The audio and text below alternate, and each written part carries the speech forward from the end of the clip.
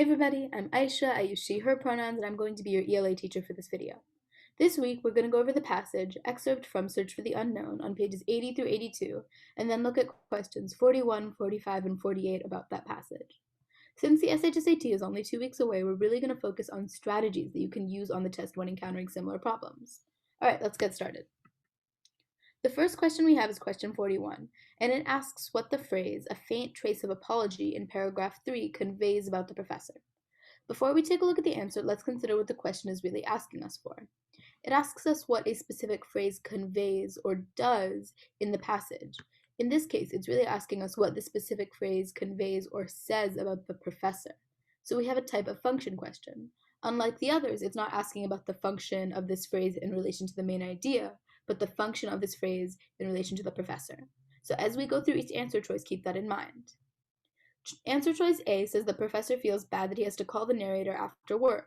This would make sense with the trace of apology, but the fact that the narrator intended to leave for the day is not the source of the professor's apologetic manner. Because of the other words used like annoyance and impatience, we can understand that the professor's apologetic tone comes from his concern that it could cause an argument between him and the narrator. So A is close, but we can cross it off.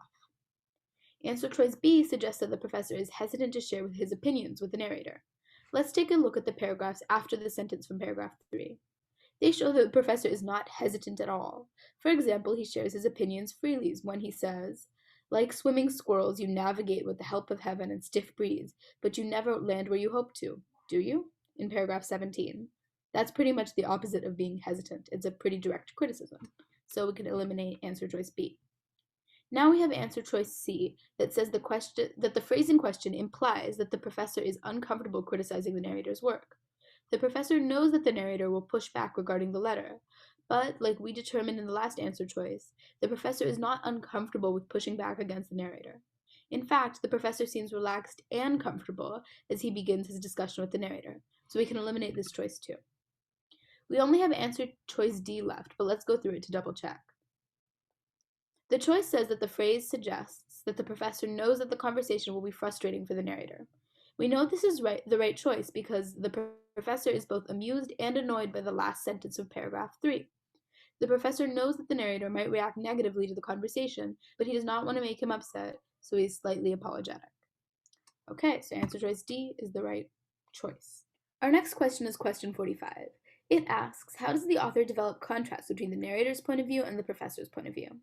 When you see a question asking about tone, point of view, or perspective, it's a good idea to focus on the adjectives used in the passage.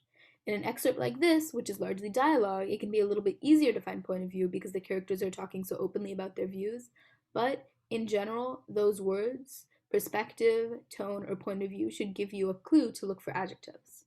For this question specifically, because it's looking for the contrast between two points of views, we have to look for that in an answer choice.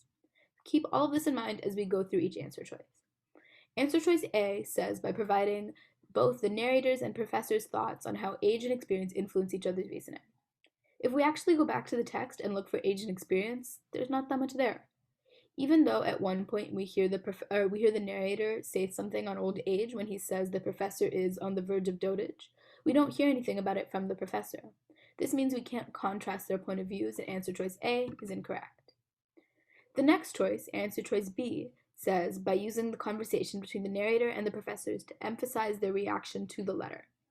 The main conflict of this whole excerpt surrounds the narrator's disagreement with the professor about the letter.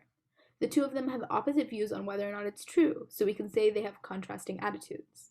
As the two men talk, their opposite viewpoints towards the letter become clear. The narrator doesn't believe in it, but the professor thinks that the writer could be telling the truth. This is exactly what the question is looking for, but let's double check by eliminating answer choice C and D. Answer choice C says, by describing the professor's persistent effort to change the narrator's mind about the letter. We can just rule this one out because the professor isn't persistently or constantly trying to change the narrator's mind. He just tells him his point of view. So we can eliminate answer choice C. Answer choice D says, by including dialogue that explains why the professor is the supervisor and the narrator is the subordinate. This is incorrect because that's not the point of the conversation. They don't really talk about their relationship. Instead, they talk about the letter. So we can eliminate answer choice D, and answer choice B is correct. So last but not least, we have question 48, which asks, Which sentence from the excerpt best explains why the professor is eager to send the narrator on an expedition? One strategy for a question like this is to form an answer first, then choose an answer choice that matches. When I think back to that passage, I can remember that the professor wants to get the bird because it's a rare creature that may or may not exist. A specific quote doesn't come to mind, but I'm going to look at each one of these four and see which one of them matches. So let's start with answer choice E. Whatever it is that our correspondent has, and I'm daring to believe that it is the Great Auk itself, I want you to secure it for the society. This option choice says that the professor's reasoning for sending the narrator to get the bird is for the society, and that's not what I'm looking for, so we can cross that one off. Answer choice F says, what I want you to do is get those birds here safely.